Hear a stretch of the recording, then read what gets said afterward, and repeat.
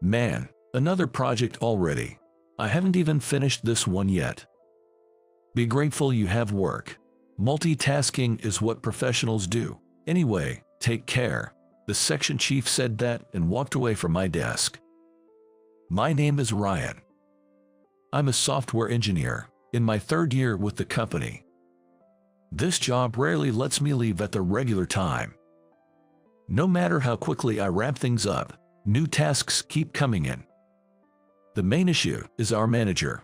He always agrees to take on everything, which is troublesome. Plus, he doesn't really keep track of our engineers' schedules or progress. So, the amount of work I have to complete in a day is just insane. The only time I remember leaving on time since I joined was that particular day. A couple of years ago, I got lucky. The manager was away on a business trip. I decided to go hang out with some of my coworkers. Our first stop was at the bowling alley. There, we met some ladies playing in the next lane, hit it off, and decided to go to a bar together. That's where I met my future wife, Emily. Emily and I got married about a year after we met. My job was as hectic as ever, and I was constantly working overtime. But on weekends, Emily and I would go out for movies, dinner, and enjoy shopping at the mall. Lately, Emily had been experiencing a lot of lower back and abdominal pain. She tried massages, chiropractic treatments, and osteopathic care, but nothing seemed to work. One night, she had not just her usual back pain, but also severe abdominal pain. I found her condition alarming and called an ambulance. We ended up in the ER in the middle of the night. I thought it might be appendicitis, but I was way off the mark. Though the ER doctor was an internal medicine specialist, he looked quite concerned and said, "Emily, you should see a gynecologist immediately." A gynecological issue. She's been wanting kids. Is she going to be okay? Worries flooded my mind. All I wished was for Emily to recover.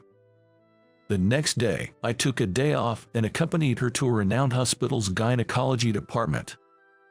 It turned out Emily had uterine cancer. It had advanced and even spread to her colon. I blamed myself. She started showing symptoms of back pain about 6 months ago. Why didn't I take her to the hospital sooner? If it had been detected earlier, she might have had a chance with surgery. She was given just 3 months to live. I immediately discussed this with my supervisor and department head. All I wanted was to leave work on time as much as possible. I even went to my team and asked for their understanding and cooperation. My colleagues were very supportive. The following 3 months until Emily's departure went by in a flash. Honestly, I felt numb, like it wasn't real. I couldn't even look back at our past. After her funeral, I didn't feel like doing anything or even going outside. I didn't want to go back to work. But considering my colleagues who supported me, I felt obligated to return. So, I resumed work after 2 weeks. After lunch, I was called into the conference room. Both the department head and manager were there, looking grim. "Ryan, we understand you had a tough time at home, but look, our work situation is also very challenging. Leaving on time for 3 months and then taking 2 weeks off, that's not acceptable," the section chief said, with a tone dripping in sarcasm. Yes, I apologize to everyone in the department for any inconvenience. Although, deep down, I thought I hadn't really inconvenienced the director, who wasn't involved with the computer program at all. Next, the manager chimed in. "You don't want to be in a busy department, do you? We happen to have an opening in our office out in Iowa. You'll start there next week." He remembered hearing from a colleague, probably Mike, that if you took consecutive days off or refused overtime several times, you could be sent to a less desirable position. With Emily gone and a void in my heart, I didn't care where I worked anymore. Working had become so unappealing that I simply didn't care about it anymore, feeling utterly disheartened and lacking any motivation. I was so down that I just said, understood, and returned to my seat. Some time later, I moved. My new location was a quiet rural town. Demoted at such a young age, huh? Getting off the train, I mumbled to myself, looking at the vast landscape. Before I knew it, a week had passed since my transfer. The new company, for better or worse, was a place where I had a lot of free time. Hardly any need for overtime. I could work at my own pace. One day, I was coding a simple program at a coffee shop for a change of pace. After a while, droplets began to fall on the table I was using. It was raining outside. For a second, I thought the roof was leaking. Looking up, I saw a soaked girl with brown hair and streaks of red and blue, kind of looked like a rebel, staring intently at my laptop. Worried about the water damaging my laptop, I began to shut it down, but the girl quickly said, "Wait.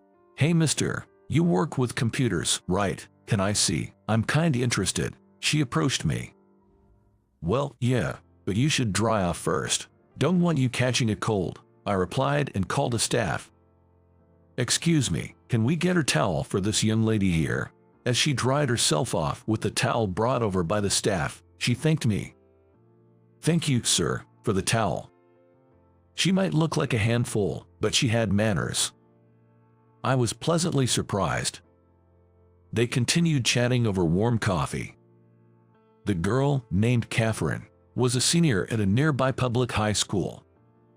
She had just started her senior year and was unsure about her future. "I'm not really academic, you know, so college isn't in the cards, but I want to pick the right job," Catherine shared. She had tried various part-time jobs, like working in a factory, being a cashier at a grocery store, and even fast food. But nothing felt right. Then I thought, everything's about computers nowadays. She didn't own a computer, but got interested after some lessons at school. If she wanted more options for jobs, knowing computers would be essential. I told Catherine, "I'll be working at the coffee shop for the rest of the week, so if you need anything, feel free to drop by." The next day and the day after that, she came to the coffee shop. When she asked my name and I told her, she began calling me Mr. Smith. "What's all that stuff you're always doing on your computer, Mr. Smith? All those letters and stuff. It looks like some kind of spell." "Oh, this. It's called programming. It's used to make websites and blogs." After explaining how websites are made by combining various characters and symbols, she became very interested. "Do you have a computer at home?" I asked, to which she replied she didn't. Eager to learn, Catherine began to copy the contents of my screen onto her notebook, diligently, day after day. After about a month of this, I made a proposal. "You'll learn faster if you actually use a computer, rather than just copying things down. We've got an old laptop at the office we were gonna toss out. Want to use it for studying?" Her eyes lighting up, Catherine exclaimed, "Really, Mr. Smith? I can have it." "Yeah, it's old and not the best, but better than nothing," I explained. "That's fine. Just having one is great." A few days later, when I gave Catherine the computer, she jumped up and down and said yay. From the next day, she came armed with a barrage of questions. She was diligent, buying books to study from, and bringing a notebook filled with questions to go through. Thanks to that, she was able to launch a small website just 6 months later.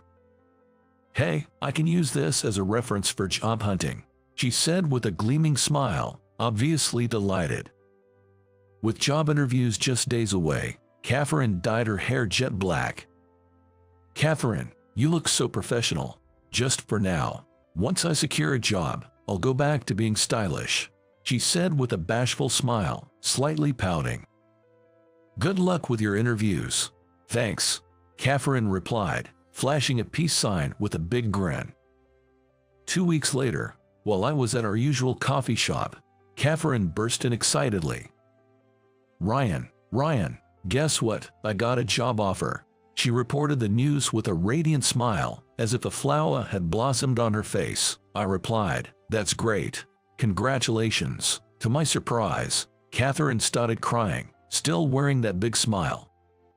"Ryan, thank you. Getting into my first choice company is all thanks to you. I really appreciate it." Seeing her like this made me happy.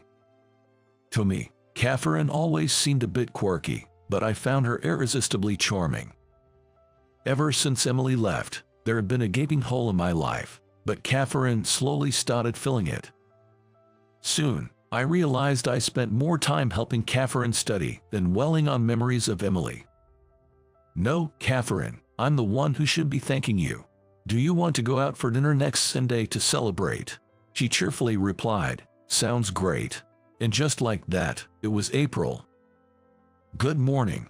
A person from HR greeted everyone as the morning meeting began. "Today, we'll introduce the new employees who will join us this year. All right, all of you, please come forward." The personnel at the back were beckoned to step up in front. What? Upon seeing the 3 new recruits, I almost dropped the documents I was holding. Among the new hires, there were 2 men and 1 woman. The sole female employee was Catherine. As Catherine caught my gaze, she discreetly flashed a peace sign with her right hand. Indeed, Catherine had joined the IT department I was a part of. "Good morning. You surprised me. I thought you'd start at the company where you got your job offer. I was planning to ask you how you were doing once you settled in. I was worried," I told her. She giggled. "Haha, be prepared to work hard, okay? Please go easy on me."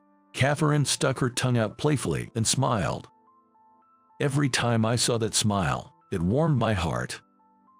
Asked if I had romantic feelings for Catherine, who was 7 years younger, I'd honestly be unsure.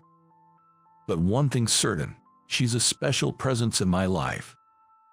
On the morning of the new fiscal year, seeing Catherine's face was a surprise, but it gave me a new goal: to nurture this adorable girl into a full-fledged programmer.